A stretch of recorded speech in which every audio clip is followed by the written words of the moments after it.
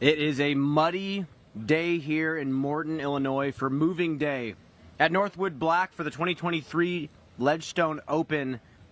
Should be an exciting day. Now Tournament Central to give you the insights. Brian Earhart, Nate Perkins. Nate, we had a lot of rain last night and this morning, and big mature trees at the Northwoods Black course have come down. Spectators are not allowed on certain parts of the course today, and the players have to fight for the cut line. What are your thoughts? Well, yeah, I'm hearing from a lot of the community about the significance of the trees that are down. Some of the courses actually changed. We haven't had a chance to go check it out in person yet, but we're also hearing how difficult some of the tee pads are playing. Not necessarily because of the moisture anymore, but because of the thick mud that's caked up over there in those dense woods. And then some of the walks between holes are pretty gnarly. So the team here has addressed the issues. They're out there. They've laid mulch, but I can't imagine trying to hit those gaps at Northwoods with an inch of mud on the tee pads. It's absolutely exhausting out there just to play around in good conditions when the ground is dry. But when you're slipping and sliding on the slopes and the tee pads are muddy, it is, I wouldn't say miserable, that's too hyperbolic. It's so much more challenging than playing a standard round out there. Some of the cards that have already come off the course, multiple strokes over par, we're moving them up the leaderboard. It's going to play really challenging today. And I want to ask you, we have this lead card full of talent. Cole O'Donnell's the first player I want to talk about. Do you think he's going to be well suited to play this course in these conditions? Well, you know, I think what becomes important when you're playing on a slick tee pad is your footwork. And Cole has really slowed down his form over the last 2 seasons. He mentioned it in his interview that, you know, he used to kind of have a Macbeth run up with a little bit more momentum into it and really push into that front leg. And now he's kind of really slowed it down. It's a good look at it right there. And he said it's a little bit more like a Drew Gibson. Look at that late flip. That's the steady once again, deep on 10. That's 450-foot low ceiling shot to get to where he was, to putt back at it for the birdie. And here's this forehand on 11. I mean, look at that. Just a little flick of the wrist, Brian. That's on the perfect angle. Skips, crawls into the circle. He actually goes on to miss that 33-footer. And Simon actually said it, if Cole would have made all his putts, he could have been up there in that 12 range. And this is probably the shot of the day, Brian. I mean, the shot on hole 12 is one of the toughest on the entire Disc Golf Pro Tour, getting the disc to fly that far forward, avoiding both of the jails on the left and right side, and trying to get yourself a rare birdie putt on the hole, or should we say eagle if we're looking at the actual average score of hole number 12. But the thing is, on this course, the tee shots can be rehearsed. The second shots out here, thrown behind a mini from a slope with power, that is hard in itself. So the fact is, the players are going to have to either tone down their game plan and play this course with a little bit more respect, or they're going to have to really change their disc selection, throw from a standstill a bit more, and manage their ground play. It's really challenging to play out there when it's wet and muddy. Who do we think, I mean, I guess, who do you think outside of Cole has an advantage out here? You know, we get asked that a lot, you know, this being our job these days, Brian, and it's hard to pick any one individual. I think, you know, with the unpredictability of Northwoods, that I'm not going to just put my finger on one person, because it's anybody in the top 3 cards. I almost feel like Joel might be the cutoff there. I think, you know, even potentially Ricky. I mean, they're six back. I don't feel like anyone at the top is going to falter too much, but as far as someone having a specific advantage, hard to really say. We actually had a chance to talk to Cole after his course record tying round yesterday. Let's take a listen. 1 over par through the first 4 holes, and then you go on to go 10 down over the next 14. Jesus, dude. What just happened at Northwoods Black, Cole? I don't know. Sometimes it just feels like something takes over and you're not missing a shot. I just felt like I walked up to every shot with committing, but also playing the smart shot. And I think that's the goal out here. You can play. It's hard to play conservative out here. Like, you have to hit the lines, you have to hit the fairways, and so I just made sure I was committing to the shots that would keep me in the fairway.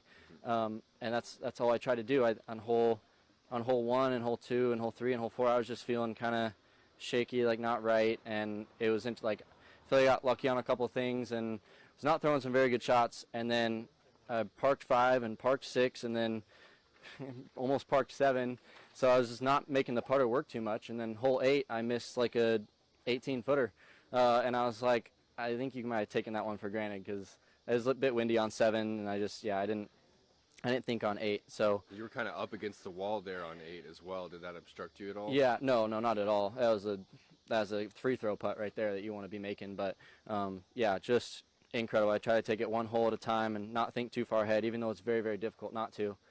And yeah, anything's possible. And found my rhythm, and yeah, I'm just thankful to have been in that position and capitalized on it.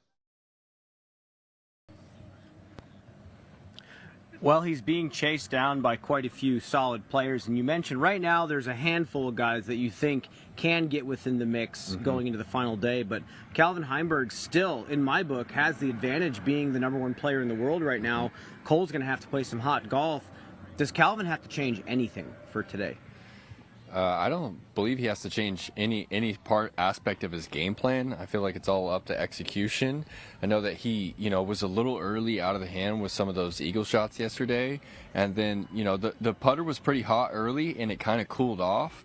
But Calvin's just so relaxed. I mean, when we talked to that man, we mentioned Cole's course record. He was unfazed, and Cole definitely seems a little more matured than in years past. He's owning up to his mistakes, but Cole definitely has something to prove, whereas Calvin, on the other hand, I mean, he's won so many tournaments. He wants the title. I'm not saying anyone wants it more than the other, but he's very relaxed, and he understands that anything can happen at Northwoods. He said he played bad yesterday and still shot a 6. So, well, we did talk to Calvin after his round. Let's take a listen. There were some that were just throwing with too much hyzer. There were some that were pulled, like they're on 18 on my second shot. But, yeah, they just weren't feeling quite as good. Drive wasn't feeling quite as crisp as it was yesterday. But I don't think it's too much to think about. I think it was just, today thing. And I think tomorrow it'll be better. Honestly, I feel like I scored better than I threw. So pretty satisfied with it. And, yeah, just hoping to make some corrections going into tomorrow and, maybe shoot somewhere around the same. did you take notice at all that your course record is now shared with a Cole Redolin? I did see they shot 9 under, but no, it's not really something I'm that concerned about. Course records are just going to get broken eventually, and I think, out here, as the rough continues to thin, I think you're going to slowly see more and more people shoot those numbers just because being a little off isn't going to be punished quite as bad. Well, those are words from a man who views the game from a very straightforward perspective. I like that his mistakes were just a today thing and tomorrow is a different day. And then also saying, who cares about course records? Someone's going to break them at some point. And you know what, today? Why not him? This could be the guy who plays the best in bad conditions. I remember all those years back at USDGC where he put on an unbelievable round in the pouring rain. I mean, he's not a stranger to these conditions. Nope. It almost seems like he thrives in these conditions. We said that he's not a player that has to prove himself, but another player that really, truly wants to prove himself is Ezra Robinson. Ezra put on a show yesterday. Nate, I was telling you, I was tracking his tee shots. He threw 18 backhands off the tee, no forehands. Wow.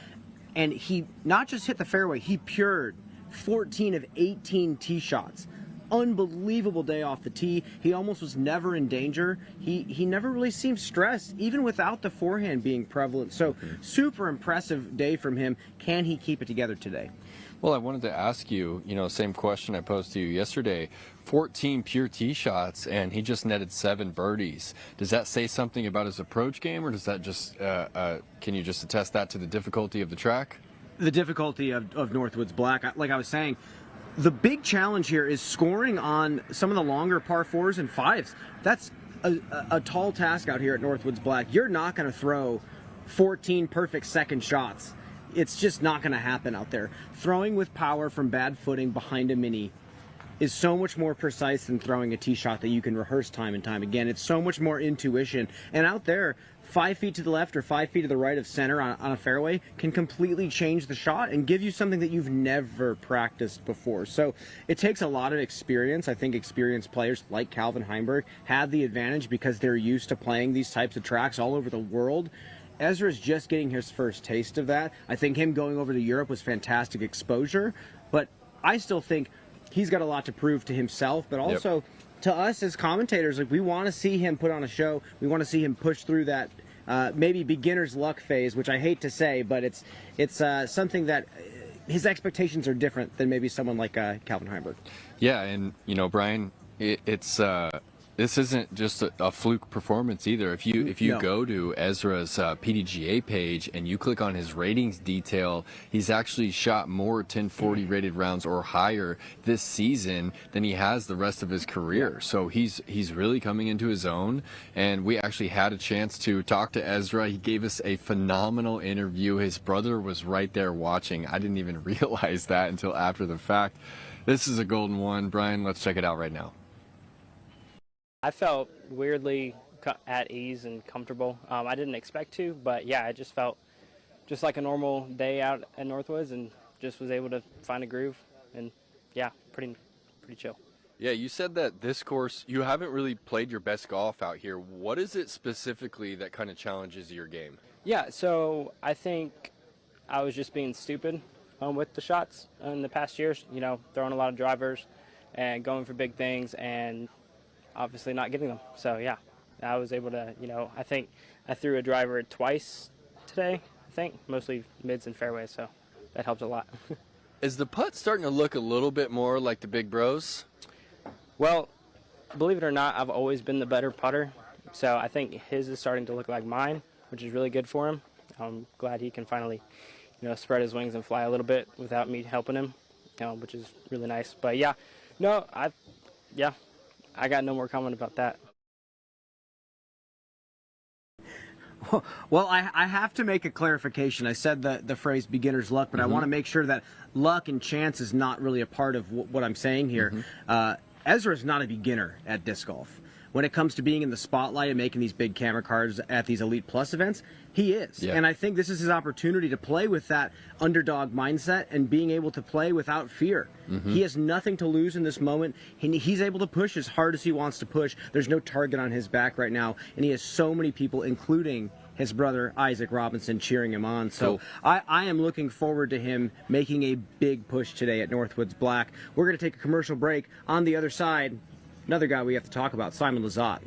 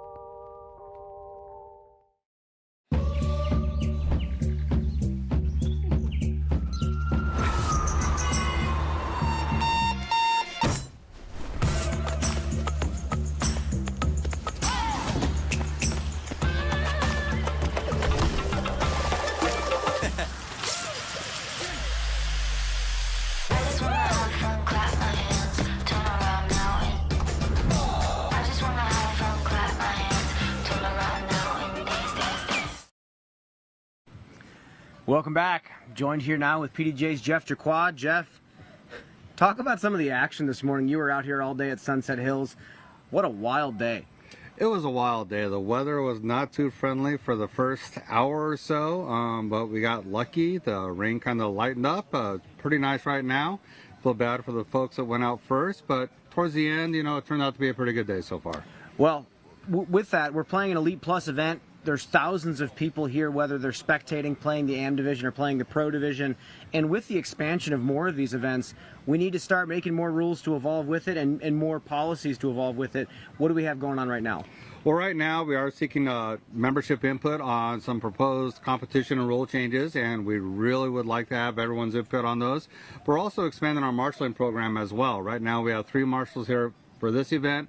We're just trying to grow that as well. We're looking at adding some starting marshals into the program, some scoring marshals into the program. Not only are we walking backwards to make sure that everyone is kosher with their play during normal play, but we're also trying to support the lead cards as well to make sure on the media side that we can answer all those questions right away. So it's continuing and growing sport, and that marshaling program and even and fair competition is pretty important to us. Well, and with that said, we have a huge set of tournaments coming up, including Pro Worlds, and obviously marshals are very needed at events just like that. What's going on with Pro Worlds right now?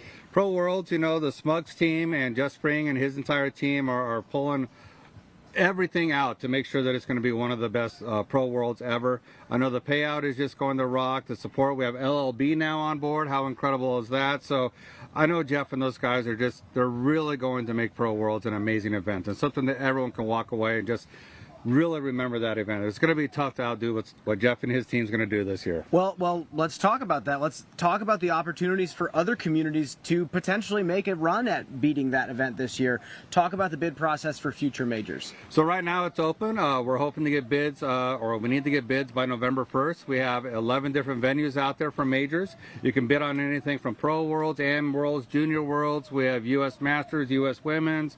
So we really want other communities and other partnerships within local clubs, people that are working with their local business partners. If they have the staff and they have the desire to really run a world-class event, please submit an application, because we always want to look at new locations and expand disc golf throughout the entire world. Not just the United States, but the entire world. So come on, Europe, come on, Asia, submit those bid packages. Thank you so much for the clarification, Jeff. And let's jump ahead. A player that a lot of people are going to buy their tickets to come watch at Pro Worlds, Simon Lizotte. We talked to him after his round yesterday at Northwoods Black. Let's take a listen. I didn't see a chainsaw in your hands. You did not cut down any trees today. Did you still have fun out there at Northwoods Black? Yeah, I hope no one got that post wrong. I think this is a great course still, but it could be the greatest. Yeah. Give me 2 days. And on the other side of that, I have to ask, Calvin said that he felt like they took out too much of the brush, that they should have left some of that rough in there. What is your take on Calvin's take? I think he's wrong. Yeah. I still like him, though.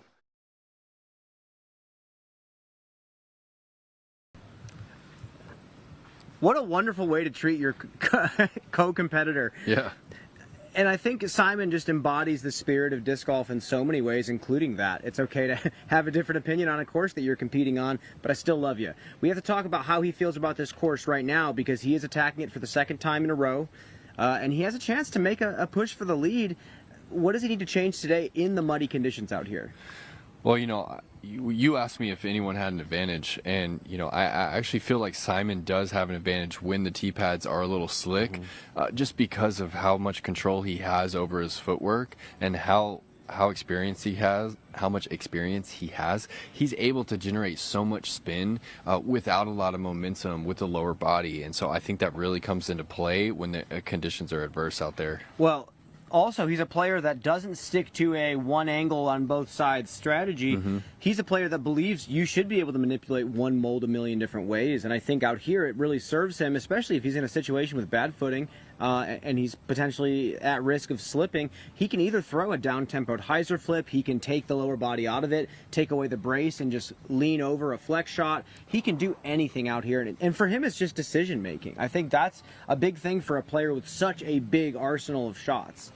Yeah, no, I mean, that little highlight reel of him right there, he looked like he was in such control. He said that he was throwing the hex really well yesterday, that understable mid from MVP, and that's like the perfect slot of disc that you need to really, work those angles.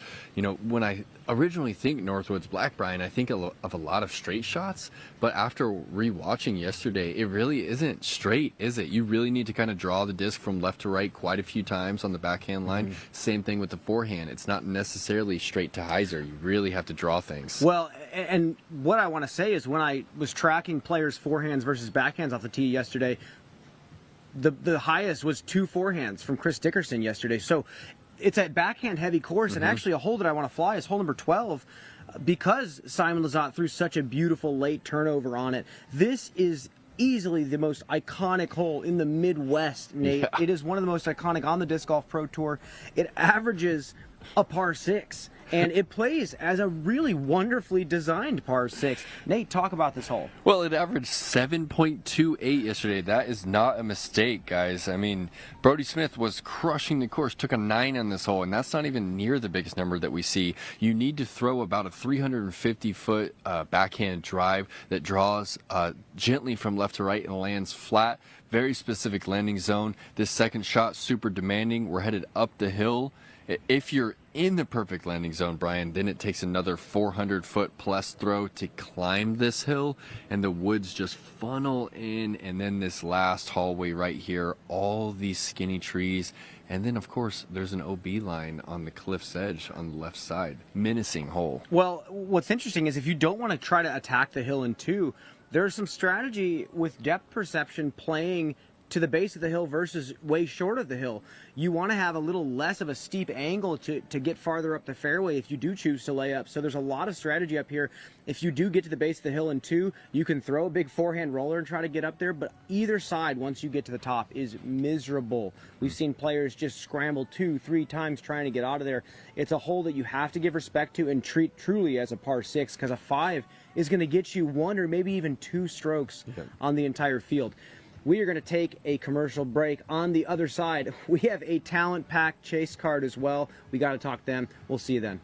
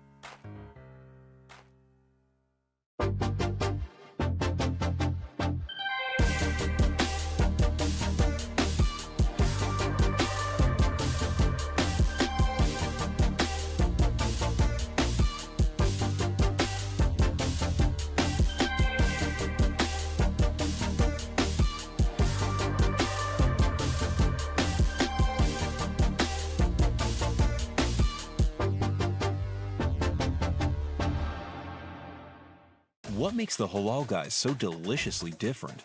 You might have heard of our famously long cart lines that NYC fans happily stand in. Today, with over 100 plus restaurants across the globe, we are your place to experience authentic American halal. Enjoy our delicious falafel, Euro sandwich, platters, and sides topped with our famously flavorful white and hot sauces. Order online today and taste how we make different so delicious.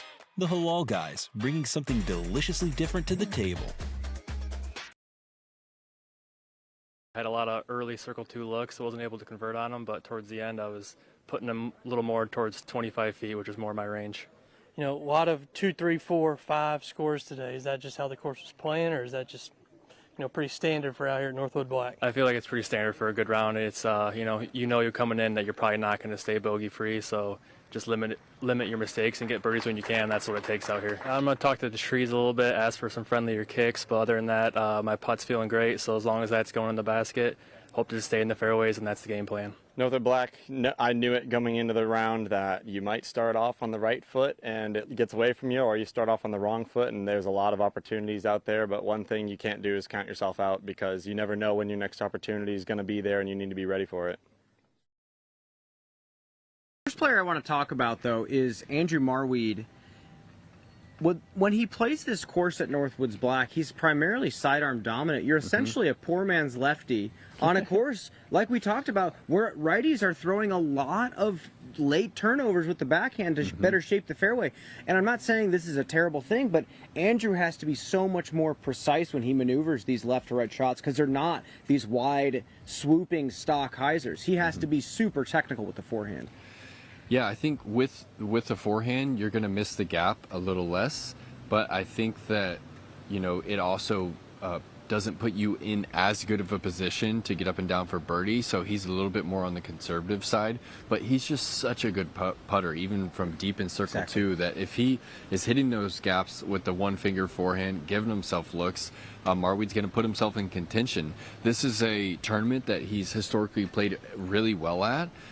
Last year took 16th place, and then the year before that, if you recall, when we had that lightning storm that ended the final round abruptly, and they ended up canceling that final round, Marweed actually got 4th place, just 3 strokes off of the Calvin Rickey tie. So he plays well out here. And again, I think when we talk about the forehand, yes, it hits the gap better, and on Northwoods, that's the first job. I mean, James Proctor said that before he went into it yesterday. It's the finish that you have to be so much more precise with when you are trying to pure these gaps rather than just hit the fairways. But again, his track record speaks for itself. Looking forward to seeing him out there chucking the forehand down the fairway. Another player that I'm looking forward to seeing out there is Casey White, a player with tons of fire in his belly, and clearly he's super satisfied with how he's been performing. Do you think he's got what it takes to shoot another good round today? Oh, he certainly does. Casey loves playing. The harder the course, the better for Casey. And, yesterday he had the great honor, Brian, of having one of his discs named by Matty O. He was throwing the DD1. Casey said that he was blasting past the landing zones, and Matty O called his disc the Tiger Woods. So, hopefully we get to see Casey hitting that DD1 well again today. I feel like this is one of those courses where when you don't get off to a good start, it's hard to find momentum. Casey, 2 over through the first 4, and he stayed calm. Look at that birdie stretch after he was 2 over. Well, he's a fighter in general. I mean, he's been on the Disc Golf Pro Tour for a while now, and it's been up and down for him. He's had stretches of brilliance and stretches of not brilliance, and I think he's taking all of it in stride. He is here, and he's trusting the process, and clearly it's paying off for him this week. Another player we have to talk about on this chase card, Chris Dickerson, who is still in the hunt, and he's coming off of an average day off the tee at Northwoods Black. It felt like he wasn't truly finishing the disc the way he wanted to. Yeah, and he found some really tough spots. And we heard a few players talk about, I believe Cole mentioned that you can't really play a lot of holes for par. And when you're not hitting your lines, you step up to the next one, you have no choice but to try and send it. And, he was 4 under heading into the difficult hole 12, and he just found himself in a really tough spot. And if you recall, Brian, he was going for that forehand cut roller up the tunnel and ended up, hitting the tree right in front of him, and then it took him another 2 to get up to the basket. So that was how he carded his only overstroke of the round, happened to be a double, and then he found some pretty tricky spots there on 13 and 14 as well. Didn't play so great, but a 3 under, and he's only 5 off the pace right now. Well, it's so funny on a day like today when over par is shooting you up the leaderboard when you're farther down. I mean, Chris can easily make some adjustments, shoot a great round, and shoot himself up the leaderboard even more. With that said, we have to get back on the ground at Northwoods Black for round number 3. Moving day. We are wrapping up Tournament Central. Brian Earhart, Nate Perkins. We got a long drive ahead of us. We're going to get out there on the course. We'll see you soon.